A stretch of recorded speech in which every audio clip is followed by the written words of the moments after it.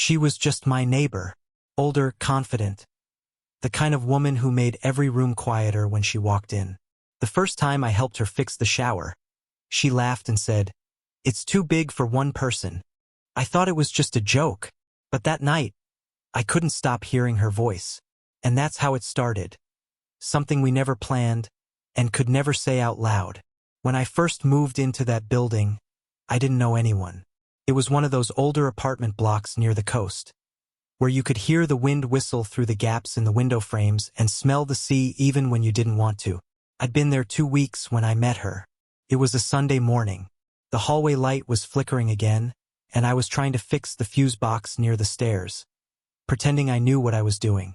That's when she appeared behind me, holding a small basket of laundry and a half-smile that looked practiced.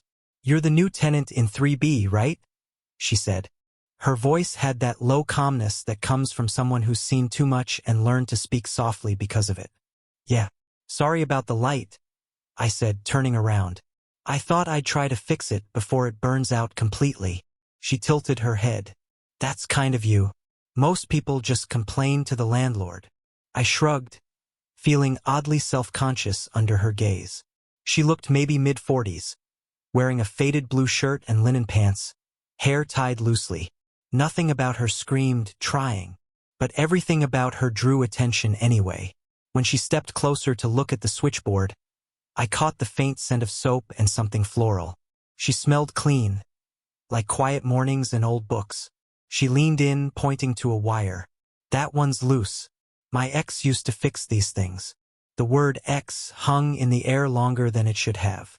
I didn't ask, though, just tightened the wire, pretending not to notice her watching. "There," I said. "Should work now." The light steadied above us, filling the narrow hallway with a warm yellow glow. She smiled. A real one this time, not the polite version she'd worn earlier. "You might have just saved my laundry day," she said. I was starting to think the dryer hated me. "Maybe it just needed better lighting," I joked. She laughed. Not loudly, just a quiet breath that made me wish I could say something else to keep it going. "I'm Hyun," she said finally, shifting the laundry basket to her other arm. "I'm in 3A. "Jean," I said. 3B. Neighbors. Just that.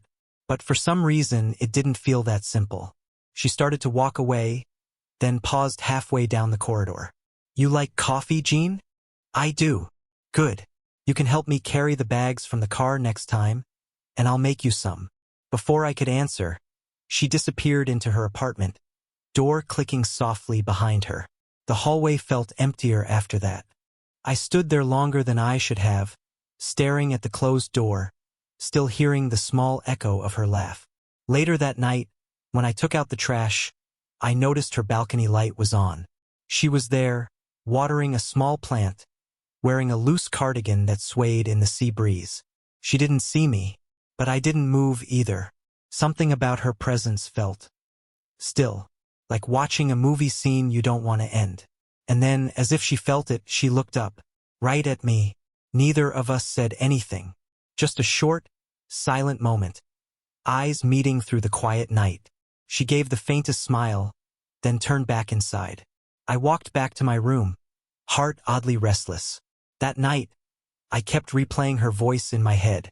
The rain didn't stop for 3 days, and for some reason she kept showing up in small, accidental ways. At the mailboxes, in the hallway, once in the parking lot when she was trying to start her car and the engine refused to cooperate. "Can you take a look?" she'd ask through a half-open window, her voice half embarrassed, half hopeful. I leaned over the hood, pretending to know more than I did. "You've got a loose cable," I said finally. "You might need to replace it." She stood beside me under the umbrella, close enough that I could feel the warmth radiating through her sleeve. The rain was steady, tapping gently on the fabric above us. For a moment we just stood there. "You always help people this much?" she asked softly. "Only when they ask nicely," I said, glancing up at her. She smiled, barely. "Then I'll try to keep asking." Something about the way she said it stayed with me. It wasn't flirty. It wasn't innocent either. Just real. like she didn't have the energy to hide behind anything. By the time we got the car running, both of us were a little damp. She brushed a strand of wet hair from her face and laughed quietly. "You're going to catch a cold, Jean. Then maybe I'll need someone to check on me," I said before I could stop myself. The moment froze. Her laughter faded, and she looked at me, really looked, like she heard the meaning beneath the joke. I almost said something more, but her phone rang. She glanced at the screen, and her expression changed instantly. Her jaw tightened, and she turned slightly away to answer. "Hello?" she said, her tone suddenly formal. There was a pause, then a quiet sigh. "No, not today. I told you, please stop calling." I turned away, pretending not to hear. The rain seemed louder now, the space between us colder. When she hung up, she stood there for a moment, eyes lowered, breathing shallow. "Everything okay?" I asked carefully. She nodded too quickly. "Just someone who doesn't know how to let go."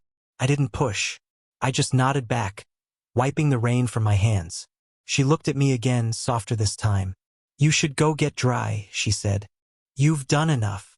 I wanted to stay, to ask her who that call was from, to tell her she didn't look fine, but I didn't, because sometimes pushing too soon ruins something fragile before it has a chance to grow. So I just smiled faintly. "If you need help again, I know where to find you," she said. I turned to leave, but halfway to the stairs, I stopped. Something made me look back. Maybe curiosity, maybe something else. She was still standing there, hand resting on the car door, watching me go. My hand was halfway to hers when she said quietly, "You should go now." And I did. But only my body left that room. It was late when she knocked on my door. Not the kind of late where you expect anyone, the kind that makes you check the peephole twice before opening. She stood there in a long cardigan, arms crossed loosely, a faint line between her brows like she'd argued with herself before deciding to come. "Sorry," she said. "I didn't mean to bother you." "You're not. I just—" She hesitated, looking past me into the apartment.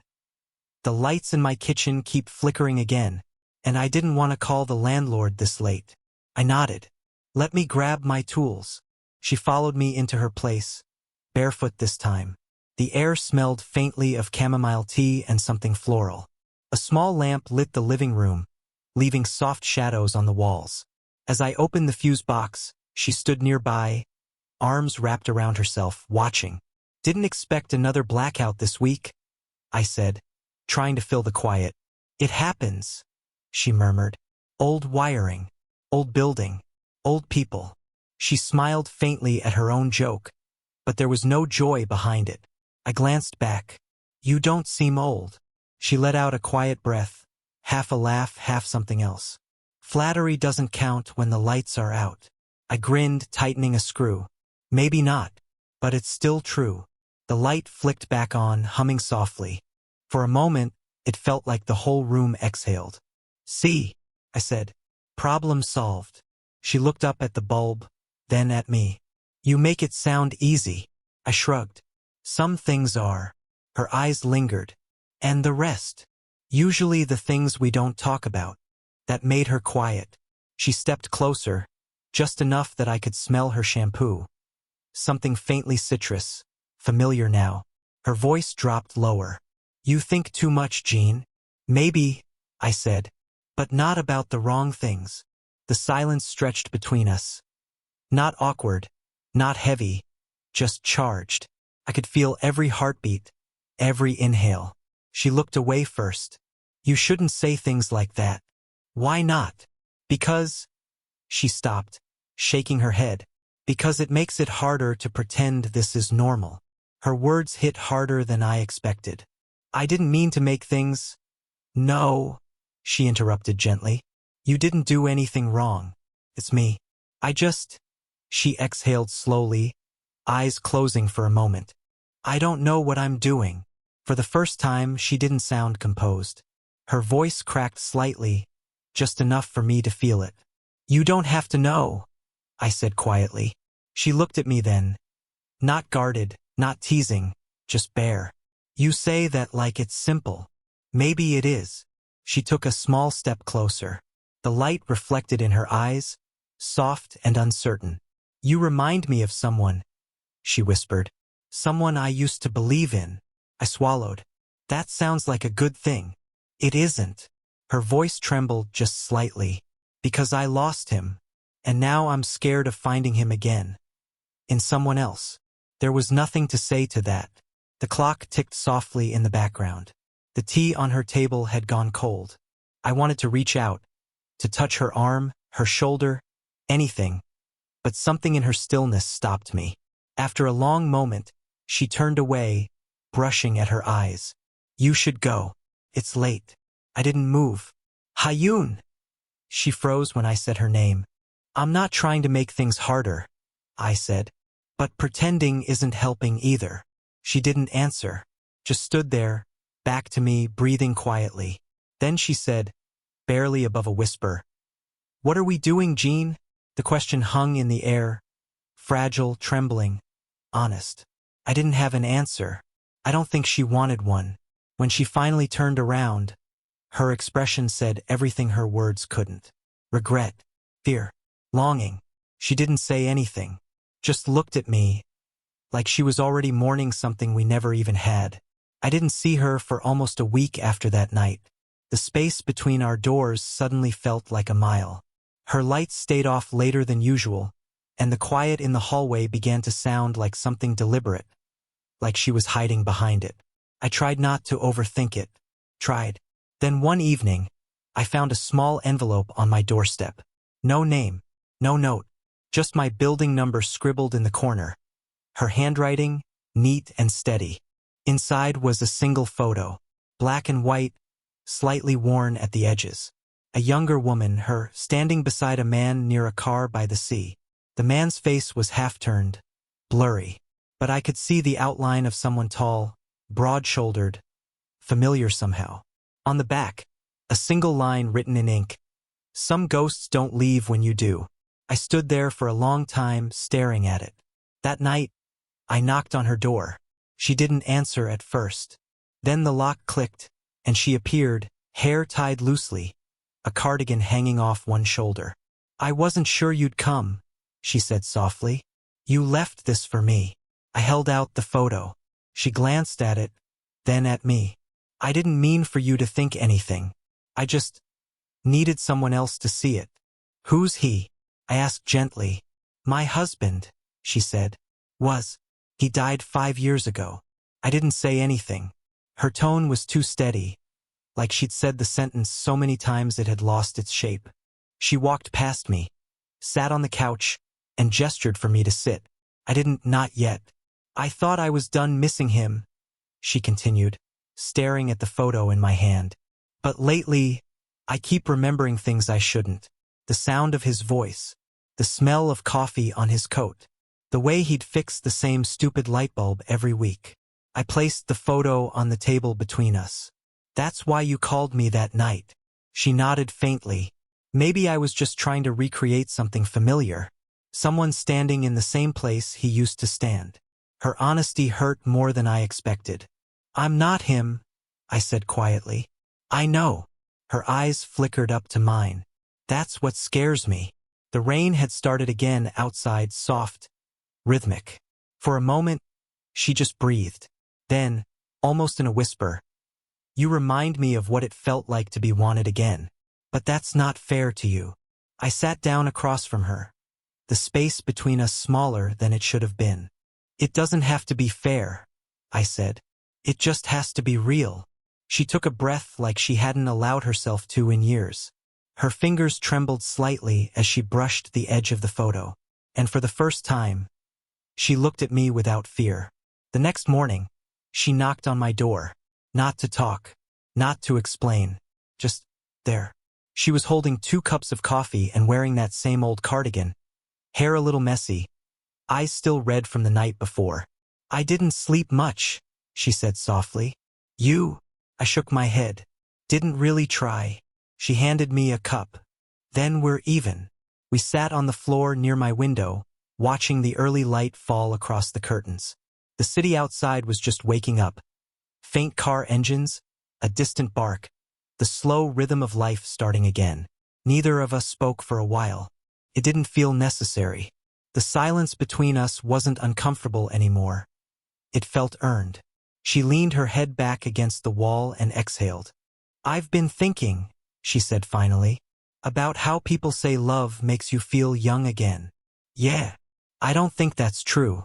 I think it just reminds you of all the years you've already lived, and everything you thought you'd buried." Her words sank into the quiet room like a small confession. "I'm not trying to replace him," I said quietly. "You know that, right?" She nodded. "I know. That's why it scares me even more." I turned toward her. "Because it's real? Because it's real." She looked at me then, really looked, and I could see every piece of hesitation fighting against what her eyes were already saying. I didn't move closer. I didn't have to. She shifted first, slow and cautious, like she was crossing a bridge she wasn't sure would hold. Her hand brushed against mine, barely, but it was enough to stop time. I could feel her pulse, faint and quick. Neither of us pulled away. For a long moment we just stayed like that, sitting on the floor, sunlight moving across our hands, breathing the same air. Then she whispered, "You don't have to say anything." "I wasn't going to," I said. That made her smile. Small, genuine, the kind that reaches the eyes. When she leaned her forehead against mine, it wasn't passionate or reckless. It was quiet, tired, gentle. The kind of closeness that feels like an answer to a question you didn't know you'd been asking. I felt her breath when she spoke. "I don't know what this is." "Neither do I." "Then maybe that's okay." We stayed like that, the world soft and still around us. No words, no plans, no promises. Just the strange peace of finally letting something happen that had been trying to for weeks. She didn't say she loved me, but she let her guard down. And that was louder than any "I love you" ever could be. It's been 3 weeks since that morning. She still comes over sometimes, never planned, never long. Sometimes with coffee, sometimes just silence. We sit, talk a little, pretend it's casual. But nothing is casual anymore. The night after she left that day, I remember standing by the window for hours. The world outside kept moving. Cars passing, lights changing, but it felt like everything in me had stopped. Not because I was confused, but because, for the first time, I wasn't. She started avoiding certain places, the cafe we used to go to, the bookstore near her apartment. Maybe she thought if she changed the setting, she could change what happened. But feelings don't disappear just because we stop walking the same streets. They linger in the air, in the smell of coffee, in the way a chair creaks when someone sits down. A few days ago, I saw her at the university. She was talking to someone, one of her colleagues, maybe. When our eyes met, she froze. Just for a second. Then she smiled. The polite kind, not the one she gives me when she forgets to guard herself. I smiled back. Didn't wave. Didn't go near. Because that's the rule we both silently agreed on. No more crossing lines. But that night, she texted, "Do you ever think about that morning?" I stared at the message for a long time. Then typed back, "Every day." She didn't reply. And she didn't have to. Last weekend, it rained. The heavy kind, the kind that makes everything smell like old stone and wet leaves. I went out anyway, walking without a plan. Somehow, my feet took me near her street. Her light was on. Through the half-open curtain, I saw her sitting by the table, reading. Glasses on, hair tied loosely. She wasn't crying or smiling. Just there, quiet, real, existing in a world that didn't stop for us. And maybe that's what love is, sometimes. Not the kind that changes your life, but the kind that makes you notice how deeply you feel when you can't touch it. I walked away before she could see me, but halfway down the street, I heard her door open. "Wait!" Her voice, soft, shaking, cut through the rain. I turned. She stood there with an umbrella, barefoot on the wet ground. "You'll get sick," she said. "Maybe I already am," I said, trying to smile. She sighed, walked closer, and held the umbrella over both of us. Rainwater trickled down her hair. "I told myself I wouldn't do this again," she whispered. "And yet you did." Her laugh was small, broken. "You make it hard not to." We didn't kiss, didn't touch, just stood there under that one umbrella, the world around us blurring into gray. Her hand trembled slightly, but she didn't let go of the handle. Then she said, "If we keep doing this, we'll ruin each other." "Maybe we already did," I said quietly. She closed her eyes. "Then let's just call it even." The rain softened, and for a moment, everything slowed, like the city itself was holding its breath. When she finally stepped back, it wasn't with regret. It was acceptance. A small nod. A silent goodbye that didn't need words. She walked back to her door. Before going inside, she looked at me one last time. Not as something she couldn't have, but as something that would always stay somewhere inside her, quiet but unforgotten. I stood there long after she was gone, the rain cooling against my face, thinking about everything we never said, and how, somehow, that felt enough. Not tragedy, not victory, just two people who met at the wrong time but felt something too honest to deny. Something that didn't end. It simply stayed, quietly shaping who they'd become next.